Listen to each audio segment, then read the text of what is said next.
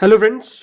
बात करते हैं इस वीडियो के अंदर पूरे बाजार के ऊपर, क्योंकि अगले हफ्ते बाजार किस प्रकार से रह सकता है, कौन से बड़े इवेंट्स हैं जिसके ऊपर आपको ध्यान रखना है, उसके ऊपर बात करेंगे। तो शुरुआत करते हैं। वैसे अगर बात करें निफ्टी की, तो पिछले हफ्ते दोस्तों निफ्टी ने अच्छी यहाँ पर ओवरऑल मूव दिखाया, करीबन 22,326 पे क्लोजिंग दी थी। थर्सडे के सेशन में करीबन 0.92% चला था।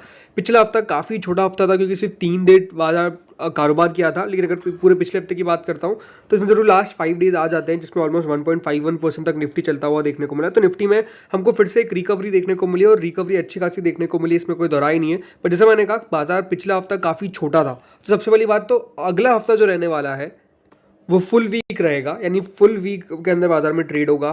कोई भी दिन की छुट्टी नहीं है। आप देख सकते हैं अप्रैल में सीधे आप 11 अप्रैल को दोस्तों बाजार का हॉलीडे है और फिर 17 अप्रैल को है। तो 2 छुट्टियां जरूर है अप्रैल के मंथ में, लेकिन जो नेक्स्ट वीक होने वाला है, जो रहेगा from 1st to 5th of April, वहां पर दोस्तों बाजार पूरा ट्रेड करेगा। सबसे खास बात क्या है दोस्तों, कल से हम नया न्यू फाइनेंशियल ईयर स्टार्ट होने वाला है। जी हाँ, 1 अप्रैल यानी कल पहला दिन होगा नए फाइनेंशियल ईयर की ट्रेडिंग का। तो ये भी अपने आप में देखिए काफ़ी इंपॉर्टेंट मान जाता है, क्योंकि नया ट्रेडिंग सेशन जरूर है कल का, लेकिन नए फाइनेंशियल ईयर का नया ट्रेडिंग सेशन है। तो नो डाउट, जैसे मैंने कहा, ये अपने आप में देखिए काफ़ी इंपॉर्टेंट रहता है। बाकी दोस्तों आप समझते हैं कि यहाँ पे कल से कौन कौन से वो इंपॉर्टेंट इवेंट्स हैं जो स्टार्ट हो जाएंगे। तो देखिए, सबसे पहली बात तो अगले हफ्ते यानी जो अपकमिंग वीक है उसमें आरबीआई की पॉलिसी आपको आती हुई देखने को मिलेगी। जी हाँ, आरबीआई की मॉनेटरी पॉलिसी की कमिटी मीटिंग स्टार्ट होने वाली है। 3 दिन की मीटिंग होगी और जो सारे इकोनॉमिक्स का व्यू है वो क्या है, वो यही है कि दोस्तों कोई भी पॉलिसी रेट में चेंज हमको देखने को नहीं मिलेगा, ना ही कोई कट आ सकता है। इस बार इस प्रकार की एक्सपेक्टेशंस बिल्कुल भी नहीं है, क्योंकि जो फिट का रिजर्व है, यानी जो यूएस का फेडरल रिजर्व है, उनकी जो कमेंट्री है वो जरूर क्लोजली ट्रैक होगी। अगर आप सीपीआई इन्फ्लेशन की बात करते हैं तो फरवरी में वो ईज आउट हुआ था, ऑलमोस्ट 5.09% पर आया था, जो पहले 5.10% पे था इन द प्रीवियस मंथ। और जो कोर इन्फ्लेशन का डेटा है, जिसमें हम अगर फूड और फ्यूल को हटा देते हैं, तो वो भी दोस्तों ड्रॉप किया था, तो फर्दर 3.3% फ्रॉम 3.6%। तो जो इन्फ्लेशन का डेटा है वो जरूर थोड़ा सा हमारे पक्ष में आता हुआ देखने को मिला है। लेकिन अगर बात करते हैं कोई भी इंटरेस्ट रेट की, तो वो तो कोई कट नहीं होने वाली, इस प्रकार की एक्सपेक्टेशन पूरी है। जो रेट है, जो रेपो रेट है, वो याद रखिएगा अनचेंज रहेगी करीबन 6.5% पे, और रिटेन हो सकता है जो मॉनेटरी स्टैंस है कि विड्रॉल ऑफ अकोमोडेशन जो पहले से स्टैंस है। यही दोस्तों मान के चलता है कौन, गोल्डमैन सैक्स भी, उनका मानना यही है कि यही रहता हुआ नजर आएगा। और आरबीआई जो है वो डेफिनेटली अपनी ऑप्टिमिज्म दिखाएगा on growth and continue to retreat the MPC committee का commitment to achieve the 4% headline inflation target. तो यही देखना है कि हाँ किस तरीके से 4% का इन्फ्लेशन टारगेट जो है वो अचीव करता रहता है। और बेसिकली मेरे हिसाब से देखिए ज़्यादा इंपॉर्टेंट क्या रहेगा, उनके कमेंट रहेंगे, उनकी कमेंट्री रहेगी। बिकॉज ये बात आपको समझना पड़ेगा कि क्या स्टैंड रहने वाला है, कब जाकर रेट कट के बारे में उनका विचार है, वो समझना इंपॉर्टेंट है। अगर ऐसा कोई व्यू उनकी तरफ से दे दिया गया तो हमारे बाजार को दोस्तों यहाँ पे नो डाउट डायरेक्शन मिल जाएगी किस तरफ बाजार को जाना है। ये देखने के कुछ नेगेटिव बात ना बोले, जो सबसे ज़्यादा ज़रूरी है। दूसरी बात जिसके ऊपर दोस्तों आपको ध्यान रखना है वो क्या है, फेड की स्पीच, राइट।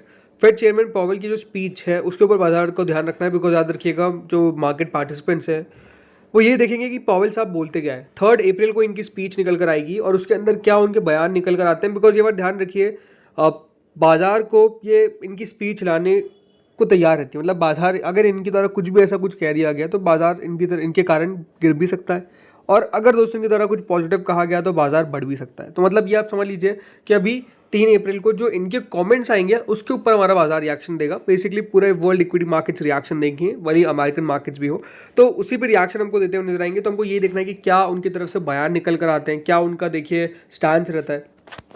पिछले हफ्ते उनकी तरफ कमेंट्स किए गए थे, जैसे सैन फ्रांसिस्को में उनकी जो स्पीच थी वो निकल कर आई थी, उसमें उनकी तरफ साफ कहा गया कि हम कोई भी हरी में नहीं है, हमको कोई रेट कट करने की जल्दबाजी नहीं है, हमारे पास अभी स्ट्रॉन्ग एम्प्लॉयमेंट डेटा आ रहा है और फेड चाहता है कि जो इन्फ्लेशन है वो कंसिस्टेंटली रीच करे क्लोजर टू द 2% टारगेट। और जो मार्च पॉलिसी मीटिंग थी उसमें भी पावेल ने सिग्नल क्या किया था कि 3 रेट कट्स होंगे इस साल।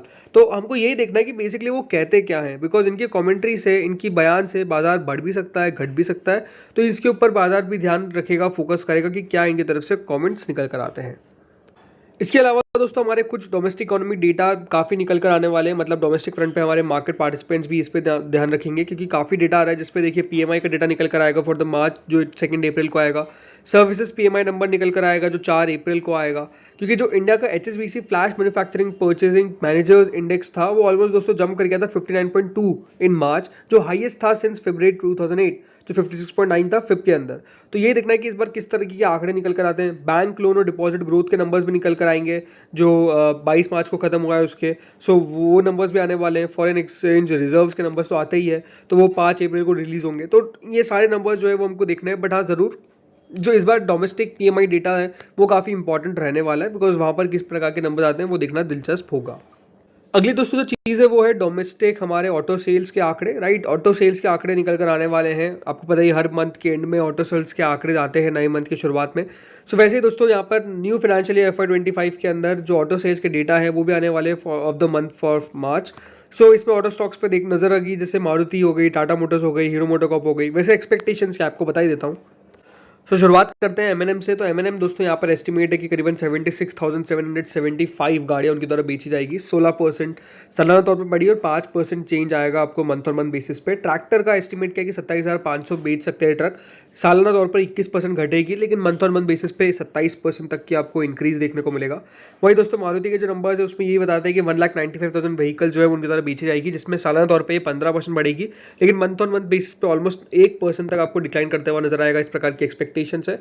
वही दोस्तों अगर यहाँ पे टाटा मोटर्स की बात करते हैं तो टाटा मोटर्स का एस्टिमेट क्या है, जो पैसेंजर व्हीकल्स है वो करीबन 53,500 के द्वारा 550 व्हीकल से बेचेंगे, जिसमें 21% का सालाना तौर पे इंक्रीज हमको देखने को मिल सकता है और 4% मंथ और मंथ चेंज आपको देखने को मिल सकता है। वही जो कमर्शियल व्हीकल्स है वो करीबन 42,350 व्हीकल्स इनकी तरफ बेची जाएगी, जिसमें 10% डिक्लाइन होगा इनका सालाना तौर पर आंकड़ा, लेकिन मंथ ऑन मंथ बेसिस पे 21% तक आपको इंक्रीज देखने को मिल सकता है।